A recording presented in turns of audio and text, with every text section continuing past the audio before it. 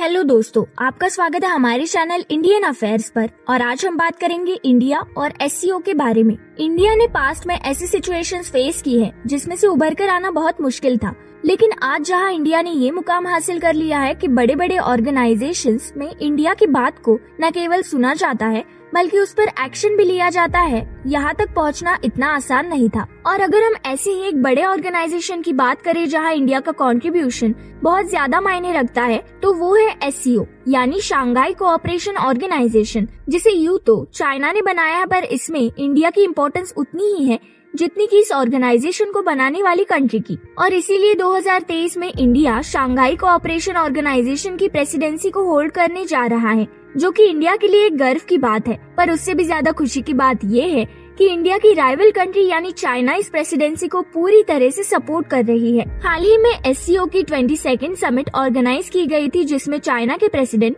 Xi Jinping ने India को इसकी प्रेसिडेंसी होल्ड करने के लिए कांग्रेचुलेट किया है। इसी दौरान रशियन प्रेसिडेंट व्लादिमीर पुतिन ने भी प्राइम मिनिस्टर मोदी को एससीओ की प्रेसिडेंसी को अज्यूम करने के लिए एक कांग्रेचुलेशन मैसेज भी भेजा है। पर क्या कांग्रेचुलेट करना ही काफी है? बिल्कुल नहीं। इसमें सबसे ज्यादा इम्पोर्टेंट बात ये है कि इसकी मेंबर कंट्रीज एक दूसरे को सपोर्ट करें, और इसी बात का सबसे ज्यादा डर इंडिया को बना रहता है कि चाइना हमेशा ही इंडिया के अगेंस्ट खड़ा रहता है। और अगर हम देखें तो शी जिनपिंग ने सीधे तौर पर ये कह दिया है कि चाइना इंडिया को सभी मायनों में शांघाई कोऑपरेशन ऑर्गेनाइजेशन में सपोर्ट करने वाला है। एससीओ की 22nd समिट के दौरान प्राइम मिनिस्टर मोदी ने कई चीजों के बारे में बात की थी, जैसे कि दुनिया आज पैंडेमिक द्वारा फेस किए गए चैलेंज से उबर रही है और इकोनॉमिकली रिकवर कर रही है, जिसमें शांघाई कोऑपरेशन ऑर्गेनाइजेशन एक बहुत इम्पोर्टेंट रोल प्ले करता है। उन्होंने साथ में ये भी कहा है कि यूक्रेन क्राइसिस की वजह से ग्लोबल सप्लाई चेन में काफी डिसरप्शन हो चुका है, जिसकी वजह से एनर्जी और फ्यूल प्राइसेस आज दुनिया की बहुत बड़ी प्रॉब्लम बन चुके हैं। और इसीलिए शांघाई कोऑपरेशन ऑर्गेनाइजेशन